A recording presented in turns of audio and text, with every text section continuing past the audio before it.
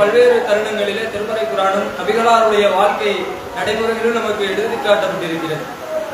எத்தனையோ மக்கள் நம்மோடு இருக்கக்கூடியவர்கள், நம்மோடு இருந்தவர்கள் இந்த வருடம் இல்லாத மக்களாக இருக்கிறோம். நம்மோடு பயணித்த எத்தனையோ நம்முடைய மூதாதையர்கள் எவ்வளவோ பேர் இன்றைக்கு இல்லாமல் இருக்கிறோம். ஆனால் எல்லாருக்கும் ஒரு நாளைக்கு மரணம் வரும். அந்த மரணம் வருவதற்குள்ள நாம இந்த இஸ்லாத்தின் அடிப்படை கொள்கைய, இஸ்லாம் தருகிற படிப்பனைகளை நம்முடைய வாழ்க்கை நெறிமுறையாக அமைத்துக் கொள்ள வேண்டும் என்பதற்காக நமக்கு அல்லாஹ் தஆலா நமக்கு காலக்கெடுகளை விதித்திருக்கிறார். அப்ப அந்த அடிப்படையில இந்த உலக வாழ்க்கை என்பது நமக்கு நிரந்தரமானது இல்லை என்று தெரிந்தும் கூட பெருவாரியான மக்கள் இந்த உலகத்துல நாம பொருளாதாரத்தை நோக்கி, நம்முடைய இலக்கை நோக்கி பயணிக்கிற மக்களாக இருக்கிறோம். ஆனால் இந்த உலக வாழ்க்கையில, இந்த உலகத்துல மனிதர்களுக்கு அல்லாஹ் ஏராளமான அருட்கொடைகளை கொடுத்திருக்கிறான். எந்த அளவுக்கு அல்லாஹ்வுடைய அருட்கொடை என்று சொன்னால், எண்ணிலடங்காத அளவிற்கு அருட்கொடையை அள்ளி கொடுத்திருக்கிறான். நாம ஆரம்பிப்பதில் கூட பிஸ்மில்லாஹிர் ரஹ்மானிர் ரஹீம் என்று சொல்லுவோம். அளவற்ற அருளாளன், நிகரில்லா பேரன்புடையோன் அப்படின்னு சொல்லுவோம். அப்ப அவனுடைய அருளுக்கு ஒரு அளவே இல்லை, அளவுகோல் இல்லாத அளவுக்கு அவனுடைய அருள் இருக்கிறது. எந்த அளவுக்கு அதை நம்ம பார்க்கிறோம்னு பார்த்தோம்னா, நம்முடைய அன்றாட நடைமுறை வாழ்க்கைகள்ல பார்க்கிறோம். பொருளாதாரத்தை அள்ளி கொடுத்திருக்கிறவரை பார்த்து பொருளாதாரம் இல்லாதவர் இயங்குகிற இயக்கத்தை பார்க்கிறோம். என்ன நினைப்போம்? அவனுக்கு அல்லாஹ் பொருளாதாரத்தை அள்ளி கொடுத்திருக்கிறான். அந்த பொருளாதாரத்தை அள்ளி கொடுத்ததுனால அவர் பத்தியா கார்ல இறங்குறாரு, அவர் பத்தியா நினைச்சதெல்லாம் சாப்பிடுறாரு, அவர் பத்தியா எப்படி இருக்கிறாரு அப்படின்னு அந்த மனிதர்கள் அதை என்ன பண்ணுவாங்க? தன்னோடு மேன்மையாக இருக்கக்கூடியவங்களை பார்த்து இயங்குறத பார்க்கிறோம். இதுதான் அருட்கொடைன்னு நினைக்கிறோம். அது இல்ல. பொருளாதாரத்துல உயர்ந்திருந்தாலும், பொருளாதாரத்தை அள்ளி கொடுத்திருந்தாலும், அவருக்கு எல்லா சூழ்நிலைகளை அல்லாஹ் அமைச்சிருந்தாலும் அவருக்கு அல்லாஹ் சில அருள்களை கொடுக்காமல் இருப்பார். சிந்திச்சு பாருங்க. நபிகள் நாயகம் ஸல்லல்லாஹு அலைஹி வஸல்லம் சொல்றாங்க, அதிகமான மக்களை, ஏழைகளை நான் சொர்க்கத்தில் கண்டேன்னு சொல்றாங்க. அப்ப பொருளாதாரத்தில் உயர்ந்தவர்களை கண்டேன்னு சொல்லல, எங்க பொருளாதாரத்தை கொடுத்திருக்கிறவர்களை கண்டேன்னு சொல்லல, ஏழைகளை நான் சொர்க்கத்தில் கண்டேன் அப்படின்னு சொன்னா, அப்ப இந்த பொருளாதாரத்தை கொடுத்திருக்கிறதுனால நாம அல்லாஹ் நமக்கு அருள் கொடுக்கலையே, அல்லாஹ் நமக்கு அருள் அளிக்கலையே அப்படின்னு சொல்லி விரக்தி அடைஞ்சிடக் கூடாது. பொருளாதாரம் இல்லாத நிலையில இருக்கக்கூடிய நாம ஒரு மனிதர்களை பார்த்தோம்னா என்ன பண்ணுவாங்க? ஐவேளை தொழுகையை கடைபிடிப்பவனாக இருப்பான், அல்லாஹ்வுக்கு செய்கிற இபாதத்துகளை செய்யக்கூடியவனாக இருப்பான், களத்துல நின்று போராடக்கூடியவனாக இருப்பான், மார்க்கத்தை அச்சுப்பசராமல் முடிந்த அளவுக்கு நடைமுறைப்படுத்தக்கூடியவனாக இருப்பான். பொருளாதாரத்தை அள்ளி கொடுத்த பிறகு அவருடைய தொழுகைகள் எப்படி? 5 வேளை தொழுகைக்கு டாண்டான்னு வந்தவன் அவன் என்ன பண்ணுவான்? போய் தொழுவோம் அப்படின்னு சொல்லி அவருடைய உள்ளங்கள் மனமாற்றம் செய்யப்படும். ஆனால் அதுலயும் பொருளாதாரத்தை கொடுத்தவர்கள் சரியான நிலைப்பாட்டில் இருக்கவங்களும் இருக்காங்க. ஆனால் பொருளாதாரத்தை கொடுத்ததுனால் அவருக்கு அதுவதையான ஒரு சோதனை. பொருளாதாரம் இல்லாதவனால இதை கண்டு நீங்க ஏக்கம் அடைஞ்சிடக்கூடாது, விரக்தி அடைஞ்சிடக்கூடாது. பொருளாதாரத்தை கொடுக்காவிட்டாலும் உங்களுக்கு கொடுத்திருக்கிற அருள்கொடை எண்ணிலடங்காதது என்பதை உணர்ந்து கொள்ள வேண்டும். லட்ச லட்சமா கோடி கோடியா வச்சிருக்க நபருக்கு அவர் பாத்தீங்கன்னா அவர் நினைச்சதை சாப்பிட முடியாத ஒரு சூழ்நிலை, சிறிது தூரம் நடந்து போகக்கூடிய முடியாத நிலைக்கு தள்ளப்படுவார். ஆனால் பொருளாதாரத்தில் பின்தங்கி இருக்கக்கூடியவர் என்ன நினைச்சாலும் சாப்பிடலாம், எவ்வளவு தூரம் வேணாலும் பயணிக்கலாம். அல்லாஹ் அது ஒரு அருட்கொடை. அல்லாஹ் இவருக்கு சோதனையா வச்சிருக்கிறான், அல்லாஹ் இவருக்கு அருட்கொடையா கொடுத்திருக்கிறான். சிந்திச்சு பாருங்க. அப்ப இப்படித்தான் இந்த இஸ்லாமிய மார்க்கத்தில் அல்லாஹ்வுடைய அருட்கொடையை பற்றி சொல்லும் பொழுது எண்ணிலடங்காத அளவிற்கு மனிதனுடைய படைப்புகளை, உயிரினங்களை, உலகத்துடைய படைப்புகளை எந்த அளவுக்கு சொல்றான்னு சொன்னால் எண்ணிலடங்காத அளவிற்கு திருமறை குர்ஆனிலே சொல்லிக்கொண்டே இருக்கிறான். அதுதான் அல்லாஹ்வுடைய அருள். நம்ம நோன்பு வைக்கிறோம், தொழுகிறோம், ஜகாத் கொடுக்கிறோம், நம்ம எல்லா வணக்க வழிபாடுகளையும் செய்யறோம். அதனால நம்ம சொர்க்கம் போயிடுவோம்னு சொல்ல முடியுமா? முடியவே முடியாது. ஏன்னா அல்லாஹ்வுடைய அருள் இல்லாமல் நாம் போய்விடவே முடியாது. அதனால அல்லாஹ்வுடைய தூதர் சொன்னாங்க, நான் நோன்பு வச்சுட்டேன், தொழுதுட்டேன், நான் என்னுடைய வாழ்வுகளில் இஸ்லாம் சொல்லுகிற அடிப்படையை கடைபிடிச்சிட்டேன், எனக்கு சொர்க்கம்பா அப்படின்னு சொல்லவே முடியாது. அல்லாஹ்வுடைய அருள் வேண்டும் என்பதைத்தான் நபிகளார் அவர்கள் குறிப்பிடுகிறார்கள். அதனால் அல்லாஹ்விடத்திலே நாம அதிகமான அல்லாஹ்வுடைய அருளை கேட்கக்கூடியவர்களாக இருக்க வேண்டும்.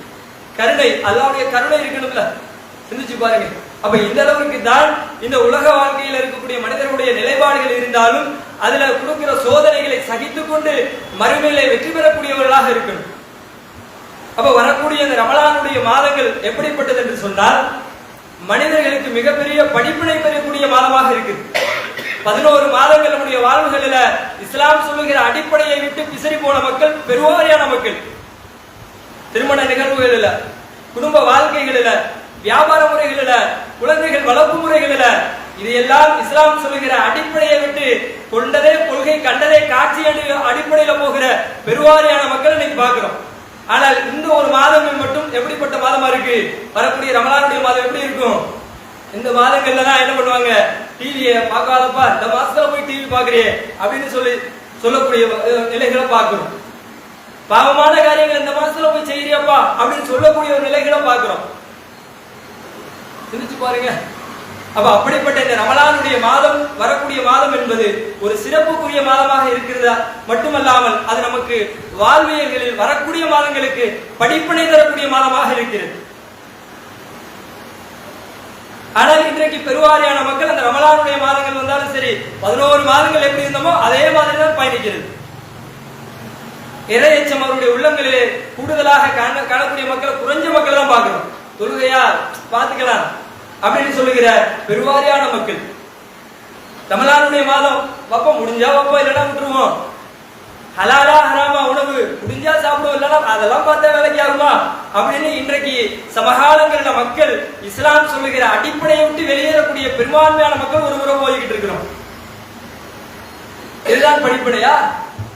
இஸ்லாம் தருகிற படிப்பனை எப்படி என்று சொன்னால், இறைவனுக்காக நோன்பு நோக்கிறோம் என்று சொன்னால் பசித்திருந்து தாகைத்திருந்து எந்த பிரயோஜனமும் இல்லை. இறைவனுக்காக உள்ள தூய்மையோடு இறையச்சத்தோடு நான் நோன்பு வைக்கிறேன் என்று நாம் எண்ணங்களிலே எண்ணி நாம் வைக்கிறோம் என்று சொன்னால் அதுதான் நாளை மறுமையிலே நமக்கு வெற்றியை தரும். அதுதான் நம்முடைய உள்ளங்களிலே ஒரு புத்துணர்ச்சியை தரும். எந்த அளவுக்கு நம்ம வாழ்க்கைகளில நாம் செய்கிற தீமைகளை விட்டு தடுக்கக்கூடியதாக இருக்கும். அல்லாஹ் பார்க்கிறான்ற அந்த இறையச்சத்தை நம்முடைய உள்ளங்களிலே பதிக்கும். ஆனால் இன்றைக்கு பெருவாரியான மக்களிடத்தில் அது இல்லாமலே போச்சு. அதனுடைய வெளிப்பாடுதான் இன்றைக்கு தன்னுடைய வாழ்வுகளில பெரும்பான்மையான மக்கள் கொண்டதே கொள்கை என்ற காட்சி அடிப்படையில் வாழ்றாங்க. ஒரு மூமியினுடைய வாழ்க்கை அப்படி இருக்கக்கூடாது என்பதை நம்ம உணர்ந்து கொள்ள வேண்டும். ஏன் உணரணும்? நாளை மறுமையிலே நமக்கு நிரந்தரமான சொர்க்கம் இருக்கிறது, அதற்காக உணரும்.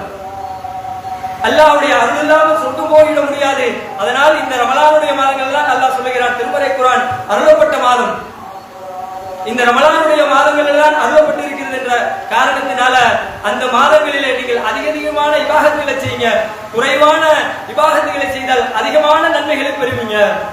எத்தனையோ இடங்கள் அல்லாஹ் சொல்றாங்க, அல்லாஹ்வுடைய தூதர் சொல்றாங்க, இந்த மாதங்களிலே அல்லாஹ் சொல்லுகிறான், இந்த மாதம் நீங்கள் மற்ற மாதங்களை விட இந்த ரமலானுடைய மாதம் எனக்குரியதுங்கிறான். நாம் செய்கிற நோன்பு இபாதத்துகள் தான தர்மங்கள் அனைத்துமே அல்லாஹ் நேரடியாக நான் என்னுடைய அடியானுக்கு நான் நன்மைகளை வழங்குவேன் என்று சொல்றான்.